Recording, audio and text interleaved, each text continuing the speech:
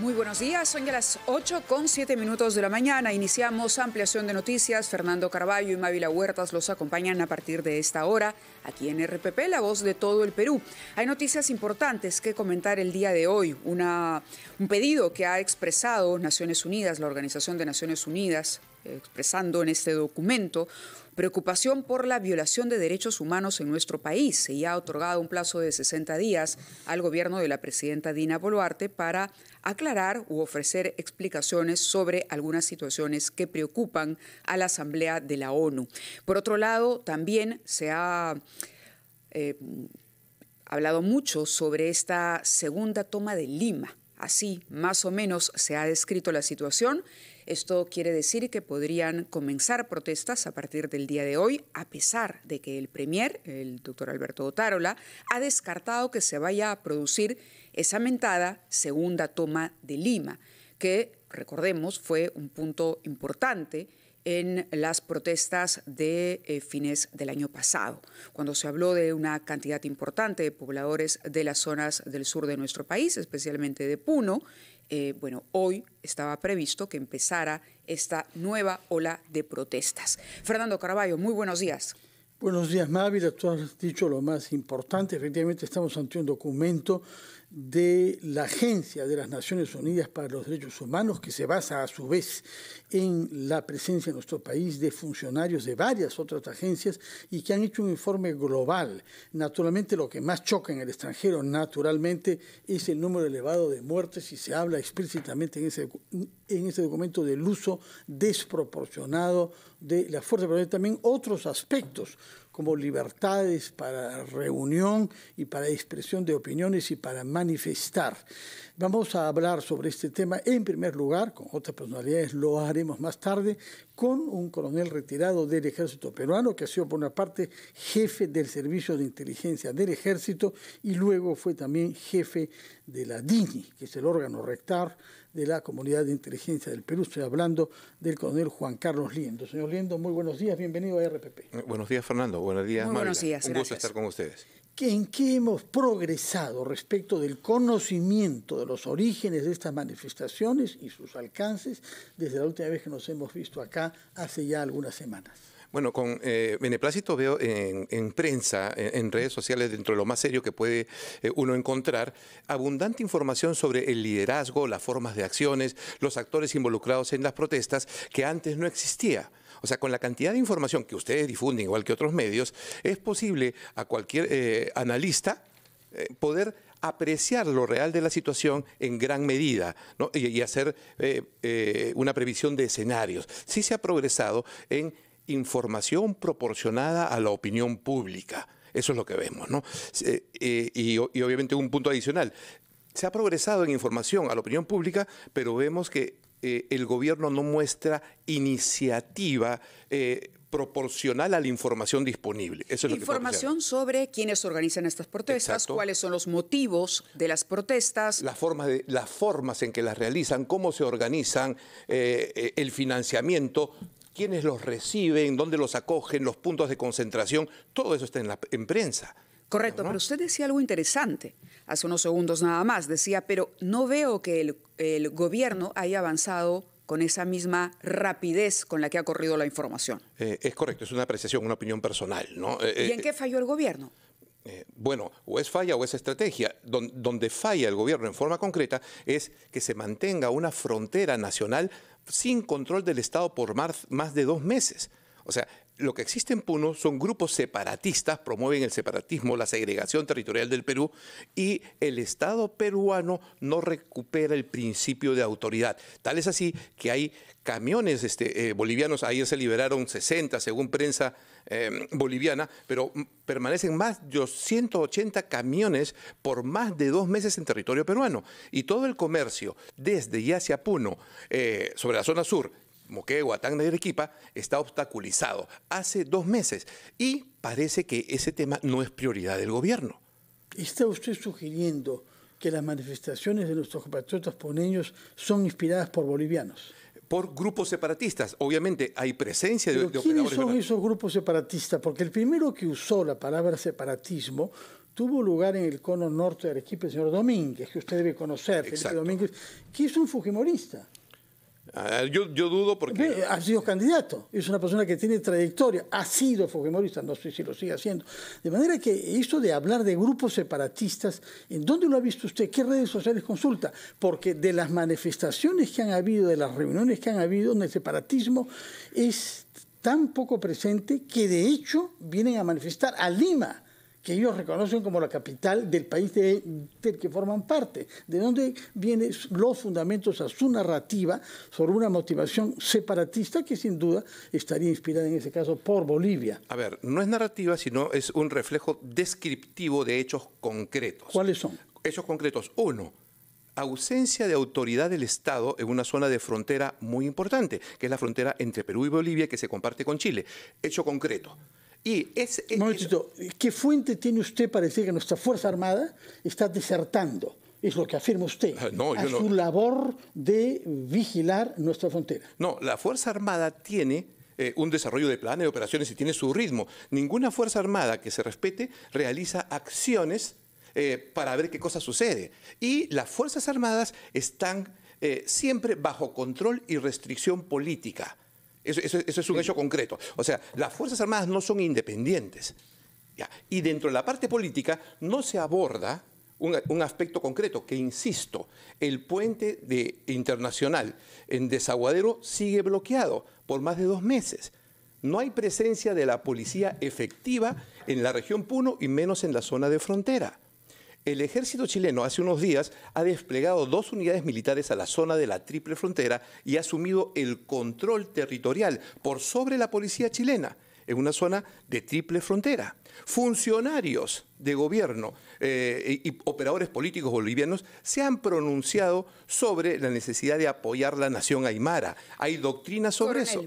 El punto que nos preocupa, especialmente el día de hoy, cuando se habla, y yo decía esto en la introducción, de una segunda toma de Lima y de una segunda ola de protestas violentas, a pesar de que el primer ministro ha dicho que esto no se va a producir y que es más, el día de hoy la presidenta hará anuncios importantes para la reactivación económica de Puno, concretamente acciones para favorecer a los ciudadanos de esta región, es si usted ve que en cuanto a las protestas, apartémonos por un momento de la información y de las actividades del gobierno, en cuanto a las protestas, estas podrían nuevamente tener el mismo ímpetu, la misma fuerza que tuvieron en las últimas semanas. Quisiera que nos responda a esta pregunta cuando además hay titulares que destacan el día de hoy, hay titulares que hablan, por ejemplo, de apoyo que estaría otorgando el FENATEP para alojar precisamente a esos dirigentes aymaras que llegarían o habrían llegado ya de pronto a la capital. Con esta respuesta,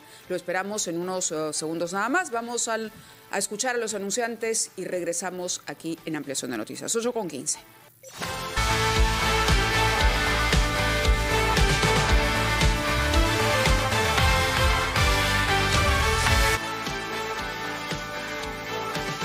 Estamos conversando con el coronel retirado del Ejército, Juan Carlos Liendo, que ha sido director de inteligencia del Ejército y de la DINI, y nos estaba refiriendo el riesgo que él ve, que es el más importante en la actual coyuntura, es que el separatismo esté dominando las manifestaciones de puneños. Quisiera saber, usted me pareció que hablaba de una frontera entre Puno y Chile. Entre Perú, es una triple frontera entre Perú, Chile y Bolivia. Está en el borde del límite entre Tacna y Puno. Pero Puno, los accesos... ¿Puno tiene frontera con Chile? No exactamente, no exactamente, pero sí el corredor geográfico, las rutas de acceso y salida se dirigen a una zona conocida como la Triple Frontera, donde en unos metros hay 3 puestos policiales de Perú, Bolivia y Chile que colindan con la provincia de Putre en Chile, ¿no? Para usted el tema de la minería ilegal, por ejemplo, en Puno, no es tan relevante en el financiamiento y eventualmente en el aliento a estas manifestaciones como la influencia boliviana. Bueno, está presente la minería ilegal y el contrabando como actividades económicas transversales en Bolivia. Y obviamente el direccionamiento político, la influencia política, y no de ahora, sino de muchos años, está relacionada con el partido del MAS y de la facción de Evo Morales. Eso es cierto y es conocido en toda la zona. y a la que en el año 2018 el FENATE dirigido por el expresidente Castillo llegan a un acuerdo en Bolivia, muy conocido porque ahí dan vivas al mar para Bolivia, digamos, ahí hay toda una relación. Leyendo, el gobierno enfrenta sin duda un reto mayor en esta ocasión, ¿no? El presidente del Consejo de Ministros ha sido tajante y ha dicho no se va a producir ninguna toma de Lima. Dice, eso lo aseguro como Poder Ejecutivo. En segundo lugar, la policía siempre va a actuar respetando la vida y derechos de todos los peruanos. Se ha dirigido a las personas que tomarían las calles otra vez para protestar contra el gobierno de Dina Boluarte. Ha dicho que se ha reunido con exportadores, con sindicatos y que todos quieren paz y tranquilidad. Sin embargo, le decía yo que el reto que enfrenta hoy el gobierno es mayor porque tampoco podemos dejar de lado el contexto que incluye esta solicitud de información que ha remitido la Organización de Naciones Unidas expresando su preocupación por la violación de derechos humanos en el Perú. Hasta el día de hoy no se conoce con nombre y apellido a los responsables de la muerte de un grupo importante de peruanos. Si mal no recuerdo, fueron 16 o 17 únicamente en el evento que se conoció como intento de toma del aeropuerto de Juliaca. ¿Cómo manejar estos dos ámbitos en este momento en el que se pronostica una movilización importante, pero al mismo tiempo estamos ante los ojos del mundo y además ante una demanda absolutamente justa de los deudos que perdieron a sus familiares? A ver, dos dimensiones para la respuesta, Mávila. Aquí el factor determinante para la toma de decisiones es evitar las personas que fallezcan, evitar generar muertes. Ese es el hilo conductor que debe estar presente en cualquier apreciación y toma de decisión. Por eso, la pregunta concreta es ¿qué corregimos para que no se repita lo que ya ocurrió? Dos cosas principalmente. Desde el gobierno peruano, las autoridades que tienen el monopolio y el uso legal de la fuerza, acción preventiva. La acción preventiva proporcional a la dimensión de la amenaza o el riesgo o el peligro de que ocurran la pérdida de vidas humanas. Si falla la acción preventiva, entonces ya estamos en otro escenario, un escenario mucho más complicado con alto riesgo de vidas. El estado de excepción, digamos, es una falla estructural de la acción preventiva. Dado el estado de excepción, si el estado de excepción no se enfoca prioritariamente en la acción preventiva, entonces el estado de excepción es débil y se llega al último recurso, que es el uso de la fuerza. Por lo tanto, la prevención tendría que estarse ejecutando ya. Ya y desde antes, y para siempre. O sea, la acción preventiva es fundamental para proteger la vida de cualquier persona y los derechos humanos, la acción preventiva. ¿Y basta con las reuniones que sostiene el señor Otárola con los sindicatos o con los exportadores o con un programa de empuje, reactivación económica, un programa importante de inversiones, por ejemplo, en Puno, para poder lograr eso?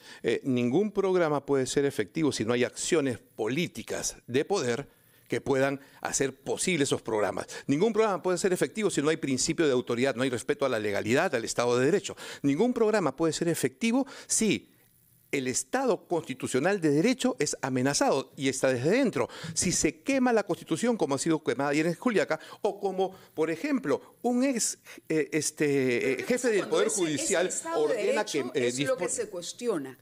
Y me estoy poniendo, por supuesto, del otro lado. ¿Me entiendes? ¿Qué pasa cuando ese Estado de Derecho no se considera legítimo?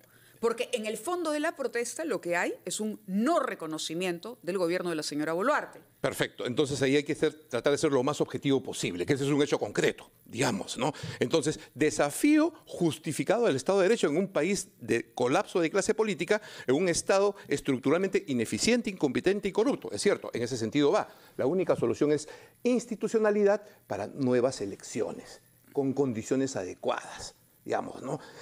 Es imposible desligar la situación de caos político actual del proceso electoral último y del presidente que hemos tenido. Es imposible despegar la situación de caos político actual de todo 30 años, más de 30 años con presidentes en cárcel o enjuiciados. Es imposible. Entonces, se requieren las reformas electorales mínimas necesarias para que no se repita lo mismo y tengamos elecciones transparentes y libres, con primacía del Estado de Derecho, cosa que no sucede en estos momentos. Por lo que veo, usted es es partidario de que hayan elecciones anticipadas, lo que lo separa de una cierta franja del espectro político que considera que ir a elecciones antes del 26 es ceder al chantaje de la calle, ¿no? Hay quienes piensan eso. No, usted no comparte esa opinión. A ver, no me alineo con ningún sector del espectro político. Bueno, pero nadie es un electrón libre, ¿eh? Todos tenemos algunas afinidades, algunas cercanías. Sí. En todo caso, yo apunto y me oriento por el sentido común. De acuerdo. O sea, el sentido común está ahí, es un hecho claro y concreto. No pueden haber elecciones bajo violencia, eso es definitivo. No pueden haber elecciones mientras existan manifestaciones que provienen de sectores que tienen bajo control, organización y financiamiento grupos que puedan venir a protestar a Lima y generen inestabilidad. Señor Liendo, ha olvidado que hemos tenido elecciones y eso nos honra durante los 12 años que ha durado la guerra contra Sendero Luminoso. Que comenzó quemando actas y oficinas electorales. Con ningún espacio territorial fuera de control de las Fuerzas Armadas o del gobierno. Sendero Luminoso nunca controló un espacio territorial. Donde llegaban las Fuerzas Armadas, Sendero Luminoso salía. O sea, no existió durante los 20 años de guerra contra Sendero Luminoso ningún control territorial del Estado. Sin embargo, muchos compatriotas pagaron con su vida el ir a votar. Ese es el costo de la democracia y muchos de mis compañeros perdieron su vida y amigas de mi esposa y de mi familia son viudas e hijos huérfanos porque sus padres murieron para defender la democracia. Consecuencia, entonces, para ver si nos estamos entendiendo, ¿usted es favorable a que hayan elecciones anticipadas si se consiguen previamente algunas reformas? Y se respete el principio de autoridad para garantizar esas elecciones. ¿Cuáles son esas? Bueno, todos queremos que naturalmente el principio de autoridad quede restablecido, que no hay un solo corte de carreteras en el Perú. Esperemos que esto suceda cuanto antes posible y todo el mundo lo quiere, me parece todos en el Estado. Sí, que no lo hayan hecho aún no significa que no estén buscando una manera de hacerlo más razonable. Pero, ¿cuáles son esas reformas que le parece a usted indispensable hacer? De manera general, y yo lo respondo al punto de vista político, porque esto tienen que responderlo los especialistas, digamos, tenemos un Jurado Nacional de Elecciones y una Oficina Nacional de los Procesos Electorales de alto cuestionamiento. ¿Alto? Alto cuestionamiento, ¿Quién claro. Lo cuestiona? ¿Qué porcentaje cuestiona eso? ¿Qué sectores cuestionan eso? Bueno, ¿Lo ha medido usted? Tendría que tener mi primera encuesta, pero es algo que las encuestas... ¿Por qué dice que es alto? ¿Por qué dice que es alto? Por la presencia razonable de comentarios que hay en redes sociales o personas que se preguntan sobre ello. Otra vez las redes sociales como fuente de un hombre de inteligencia como usted. Me parece que no es suficiente. No, pero es muy ilustrativa. Cuando uno sabe escoger y discriminar la información falsa, ideologizada o tendenciosa, las fuentes sociales, las redes sociales pueden ser algo de mucho valor. Cuando se discrimina, digamos, de lo que estoy mencionando, es un hecho concreto que los organismos electorales tienen que ser lo suficientemente confiables para garantizar un proceso electoral libre y transparente. Eso como parte fundamental. Curiosamente, sin algo hemos sido elogiados por publicaciones como el Economist. No tiene ninguna simpatía por opiniones de izquierda y por organismos internacionales, es nuestro sistema electoral. Es cuestionado acá por un sector político, como el que dice que no está alineado usted, pero realmente es solamente un sector político, ya sabemos cuál, el que sostuvo que había habido fraude. A ver, yo no hablo de fraude. Pero de hecho está coincidiendo con el sector que habló en su momento. Pues las coincidencias del sentido común se pueden dar. O sea, aquí vemos sentido común. O sea, el tener en la presidencia del Perú a una persona ligada directamente con Sendero Luminoso a través del MOVADEF, el SUDECONAREP, el tener toda una estructura de colapso del Estado de 1 año y medio, que somos testigos, y de Estado débil, responde directamente a los resultados de un proceso electoral que es cuestionado en su pulcritud, digamos. Pero y la gente votó así. En Puno votaron 88% por él. O hasta de repente más, ¿no? O de repente más, ¿no? Yo creo en el jurado electoral y en los resultados de la OMPE. En esas cifras me baso, son las reconocidas por la comunidad internacional. Sacó 88% en Puno. A usted no le gustará, quizás a mí tampoco, pero ese es el resultado. ¿Qué tiene que ver el jurado con eso? Es muy interesante porque el resultado lo vemos en la catástrofe de hoy. O sea, el hecho de que las personas votemos, digamos, y que se obtenga un resultado, no impida criticar y aproximar a una mejor solución. No, por supuesto que no, por supuesto que no. Para eso estamos, ¿no? Sí. Entonces, se critica, todo el Estado peruano, y siempre lo indico, ¿no? estructuralmente es ineficiente, incompetente y corrupto.